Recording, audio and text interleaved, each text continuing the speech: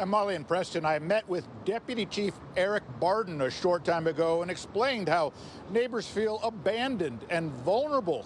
He told me in the last 60 days there have been 31 reports of shootings or shots fired along Aurora Avenue, and he says officers are doing all they can to stop it.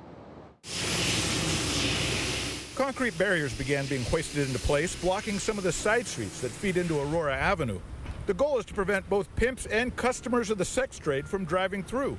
A neighbor who doesn't want to be identified says sex trafficking and shootings go hand in hand. Honestly, it's gang members trying to be pimp. When you mix gang member activity with being a pimp, it's just turf wars and all this other stuff. The latest shooting happened near North 101st Street around 1:30 in the morning. I heard maybe 3-4 gunshots go off, and it woke me up. So we live on the first floor too, and we're really concerned because our bedroom is facing the outside way, so we're just concerned about shots getting fired on this direction. We asked Deputy Chief Barden what is being done. He says traffic officers are patrolling in the day and his community response group the rest of the time. And we have focused them nightly up on the Aurora corridor to impact the gun violence and crime occurring in that area. We also asked about the rampant prostitution in these neighborhoods. Is this gun violence tied to sex trafficking? Yes.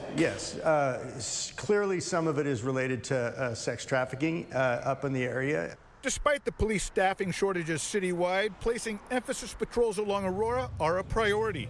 Barden says it's gang issues as well as problems with pimps, and officers are trying to keep anyone else from getting hurt. Neighbors tell us they feel abandoned. I completely understand the fear that is generated by gunfire in the neighborhood. Police officers feel worse than anybody about the sort of out of control gun violence and crime that's occurring there.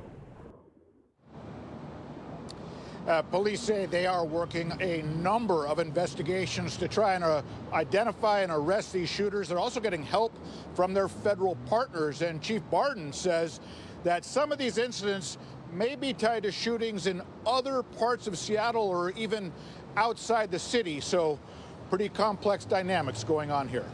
Reporting live, Joel Marino, KOMO News.